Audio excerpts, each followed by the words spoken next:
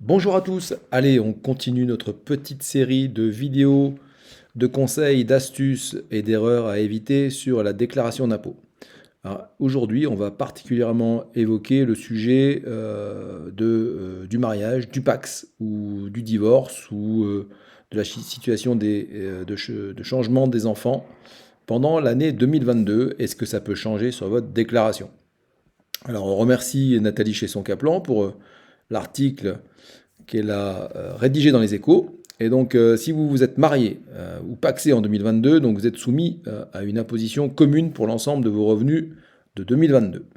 Vous pouvez toutefois renoncer à cette imposition commune, mais uniquement au titre de l'année du mariage ou du PACS, et choisir d'être imposé séparément, sauf si vous vous êtes marié avec votre partenaire de PACS. Cette option est d'ailleurs irrévocable. Si vous optez pour l'imposition séparée et que vous aviez droit jusqu'à présent à une demi-part supplémentaire en tant que parent isolé ou en tant que personne seule ayant élevé un enfant pendant au moins 5 ans, eh bien vous ne pouvez pas en bénéficier pour votre déclaration séparée au titre de l'année du mariage ou de la signature du PACS. Si vous vous êtes séparé ou si vous avez divorcé en 2022, on va voir ce qu'il se passe. Eh bien, si vous avez divorcé ou rompu un PACS en 2022, c'est tout simple, chacun est imposable personnellement sur la totalité des revenus personnels et sur la moitié des revenus communs, ou toute quote-part donc justifiée. Donc revenu commun qu'il a perçu durant toute l'année 2022. Même si vous n'êtes pas officiellement divorcé ou dépacsé, sachez que vous devez aussi déposer des déclarations distinctes si vous avez cessé de vivre sous le même toit. Il ne doit pas s'agir d'un éloignement temporaire et idem si vous avez perçu des revenus distincts, qu'il s'agisse de revenus du travail ou de revenus du patrimoine. Alors maintenant, on va évoquer la question des enfants en fonction de l'âge qu'ils ont, quand ils commencent à être majeurs. Donc, on se pose parfois la question de savoir si on doit les prendre dans son foyer fiscal ou leur donner leur indépendance fiscale, comme on dit. Donc, on va voir ce qu'il faut faire dans cet article également. Donc, lorsque les parents se séparent, les enfants sont considérés comme étant à la charge du parent chez lequel ils vivent habituellement. Seul ce dernier peut les compter sur sa déclaration et bénéficier de la majoration du quotient familial, une demi-part pour les 2 premiers enfants à charge et une part à partir du troisième, ça ne change pas. Donc, il y a aussi les autres avantages liés aux enfants, donc crédit d'impôt pour frais de garde, des enfants de moins de 6 ans, et réduction d'impôt pour frais de scolarité. Donc là, c'est toujours celui qui a la garde des enfants qui peut en bénéficier. Si vous vous êtes séparé l'année dernière et avez vécu seul avec votre enfant jusqu'à la fin de l'année, vous bénéficiez d'une demi-part supplémentaire pour votre premier enfant à charge, soit un quotient familial de 2 parts avec un enfant à charge, de 2 parts et demi avec 2 enfants, et de 3,5 parts avec 3 enfants si vous étiez seul avec vos enfants. En revanche, pour les années suivant celle de la séparation, la condition de vivre seul est appréciée au 1er janvier. Vous pourrez donc bénéficier encore de cette demi-part supplémentaire pour l'imposition de vos revenus de 2023 si vous viviez toujours seul au 1er janvier 2023, même si vous avez vécu en concubinage par la suite. Pour profiter de cette demi-part supplémentaire, il faut absolument cocher la case T, parent isolé, même si vous étiez déjà dans la même situation l'année précédente. Le parent qui ne compte pas les enfants à charge peut déduire la pension qu'il verse à son ex pour leur entretien. Quel que soit son montant, elle est déductible en totalité tant que les enfants sont mineurs et dans la limite de 6 368 € par an et enfant lorsqu'ils sont majeurs. Le parent qui perçoit la pension doit l'inclure dans ses revenus, il ne faut pas oublier ça, à hauteur du montant déduit par l'autre.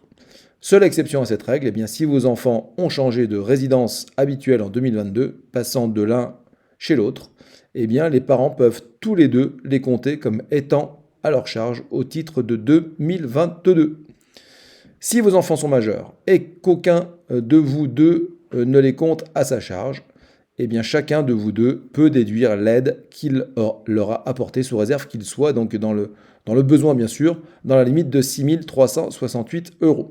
De leur côté, les enfants doivent déclarer les sommes reçues, mais compte tenu des montants en jeu, ils ne seront pas imposables s'ils n'ont pas d'autres revenus que votre aide financière. Donc il faut bien regarder cet aspect-là.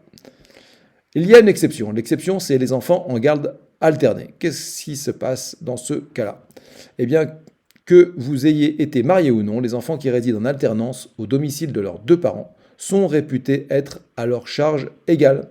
Tous les avantages fiscaux liés aux enfants sont alors divisés par deux: majoration de quotient familial, plafond retenu pour les réductions et crédit d'impôt, montant de la réduction d'impôt pour frais de scolarisation, etc. Si l'un de vous deux a versé une pension à l'autre, elle n'est pas déductible pour celui qui l'a versée, ni imposable pour celui qui l'a reçue. Mais attention, le partage de la charge fiscale ne joue que pour les enfants mineurs. Pour les enfants majeurs, le rattachement n'est possible qu'auprès d'un seul des deux parents. C'est en principe aux jeunes majeurs de choisir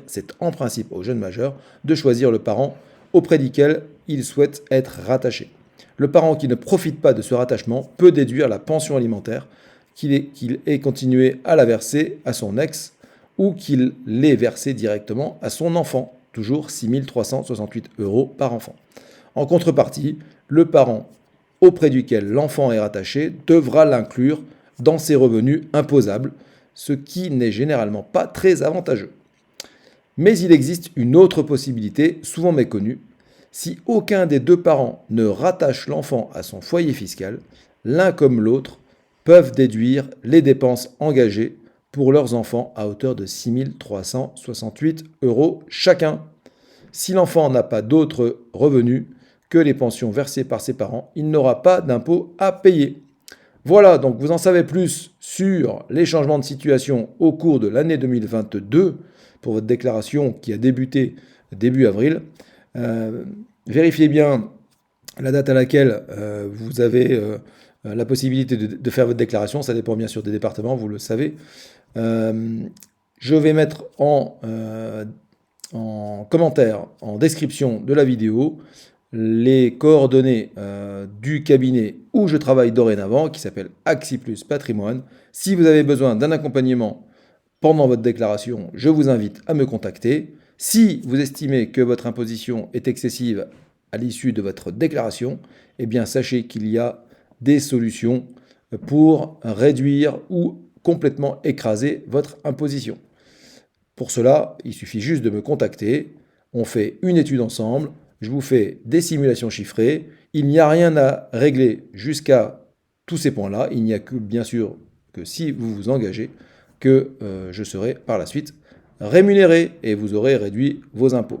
C'est du gagnant-gagnant. Voilà, à très vite, demain ou après-demain, même en week-end prolongé, vous voyez, il y a de l'activité et c'est sûrement peut-être aussi dans ces moments-là que vous en profitez pour faire votre déclaration. Alors on se dit à demain.